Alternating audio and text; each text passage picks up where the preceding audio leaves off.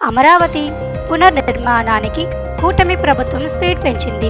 ప్రధాని అపాయింట్మెంట్ కోసం ఎదురు చూస్తున్న ఏపీ ప్రభుత్వం అప్పటికే వనరుల సమీకరణను పూర్తి చేసింది.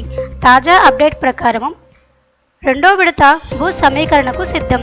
43,000 ఎకరాల భూమి సమీకరణ ప్రక్రియ ప్రారంభం. అమరావతి భవిష్యత్ అభివృద్ధికి ప్రణాళిక సిద్ధం. విస్తరణ దిశగా మరో ముందడుగు. 44,000 ఎకరాల భూమి కోసం కొత్త ప్రతిపాదన. 92 ప్రాజెక్టులు, 65,000 కోట్ల అంచనా వ్యయం. అంతర్జాతీయ విమానాశ్రయం, ఇన్నర్ ఔటర్ రింగ్ రోడ్లతో కూడిన అభివృద్ధి.